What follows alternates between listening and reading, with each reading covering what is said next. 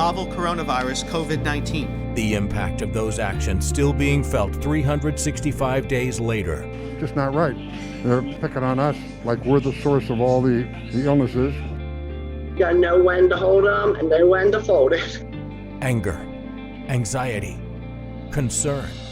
It's hard being closed for that long, not knowing where our business is going to end up at the end of all of this.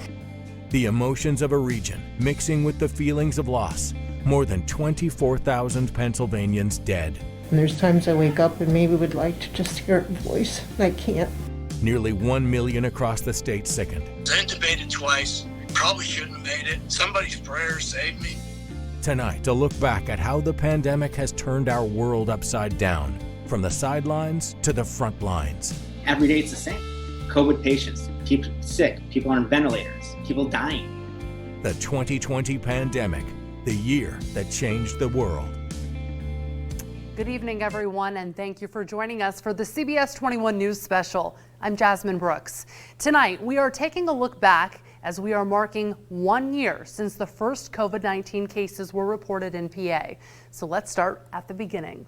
It was March 6th when the virus was confirmed to be in Pennsylvania. It came weeks after the first cases and deaths had already been reported in other parts of the country. It was just 10 days later when the Department of Health and Governor Tom Wolf began to take action, with the first shutdowns and school closures being announced on March 16th. This is what the governor said then and has been repeating ever since. I know for all of us, the next few weeks are going to be challenging. There's no reason to be fearful or to panic, however. But we need to take this disease seriously. So please, stay home. Make as few in-person contacts as you can. Now take a look behind me here. We have full team coverage. Our reporters are out this evening taking a look back at this extraordinary year. So we start tonight with CBS 21's Ryan Eldridge, who is chronicling the response from the PA Department of Health. Yeah, Jasmine, when we think about the response of the Department of Health and the governor's office, certainly we think about the last 3 or 4 months with the vaccine rollout and those mitigation efforts around the holidays, Thanksgiving and Christmas. But if you think back to the very beginning, the first 30 days were really a challenge. On March 6th, PA stood still.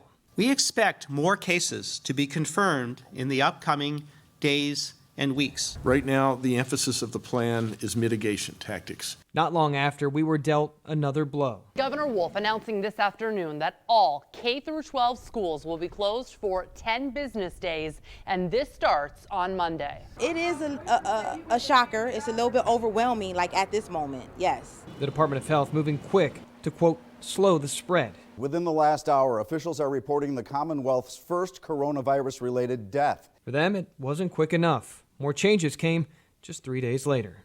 We began to enforce mandatory closures of restaurants, bars, and soon we will extend that enforcement action to non-life critical businesses. It's hard to think that we're a team. We'll get through this. And as numbers rose, so Jasmine, can you sort out the numbers for us real quick here? Sure. So the total here in Pennsylvania, according to the Department of Health, is 41, Rob. Mitigation efforts increased in a 30-day window that seemed to last forever. Today, I'm asking all Pennsylvanians to wear a mask anytime you leave your house. And don't forget that mask request was made on April 3rd. Just a few days later, the state would move into some more uncharted territory with schools closed for the rest of that school year, for the 2019-2020 school year. Coming up at 5:30, we'll take a look back at the summer. More uncertainty and a lot of red, yellow, and green. Live in Harrisburg, Ryan Eldridge, CBS 21 News. Ryan, thank you. The restrictions have hit businesses the hardest, with dozens closing their doors over the past year in our region, some of them for good. We spoke to the president and CEO of the Harrisburg Regional Chamber about the impact. Obviously, in the restaurant, bar business, entertainment, travel, tourism, we're and continue to be hard hit. and they haven't recovered. Other businesses over the course of, I'll say, 4 to 6 weeks, managed to adapt. It's similar to what you did at the station, what we've done here at the organization. A lot of people still working from home, learning Zoom. Officials are unable to say exactly how many local businesses have closed their doors for good. The Department of Labor projects the state has permanently lost 500,000 jobs.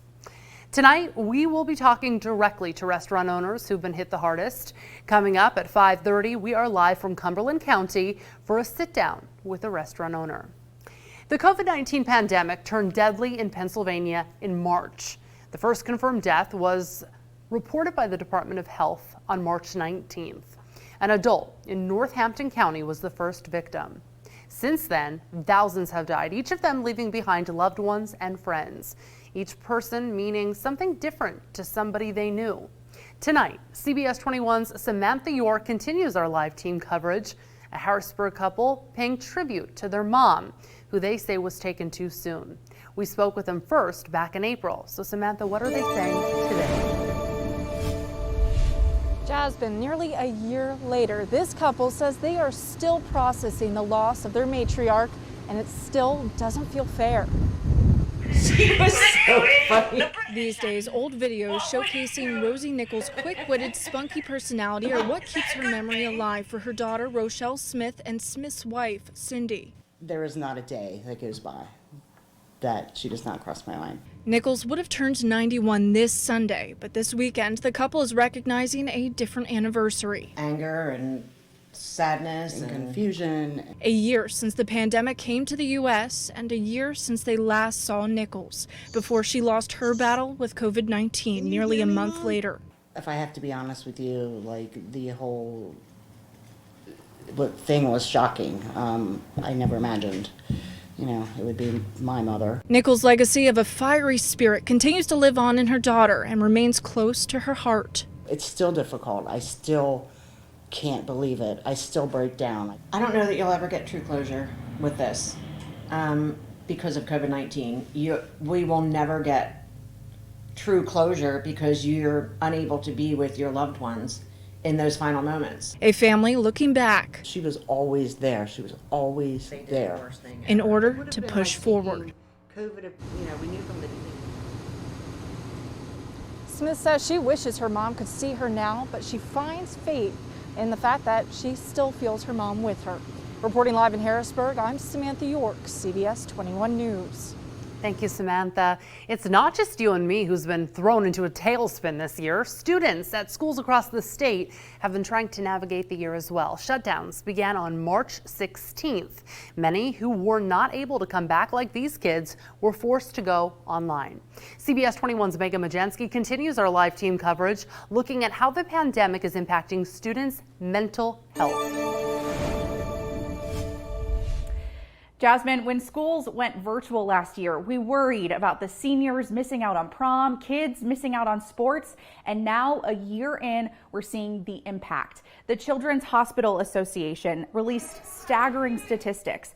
Just this summer, there's been a 40% increase in children being diagnosed with disruptive behavior disorders. This could be anything from ADHD to anxiety. When the pandemic started, you had not just removal from their school classrooms, but we had sports, we had activities like music and dance, all those things stopped. And so that takes out a big piece of social support. It takes out a big piece of personal interest and activity, all those kinds of things that help us stave off things like anxiety and depression. Dr. Allen says this year has been hard for many adults to process. So on children whose brains are much more underdeveloped, it's even more difficult. Now, coming up at 6 o'clock, I'll explain what Dr. Allen thinks is the solution to what doctors are calling a behavioral and mental health crisis. Live in Harrisburg, I'm Megan Majensky for CBS 21 News. Coming up, Capitol Conundrum, how a conspiracy theory is putting D.C. on high alert and forcing some lawmakers to skip town. Plus, flu fighters. Experts explain why influenza cases are unusually low this season. and windy and much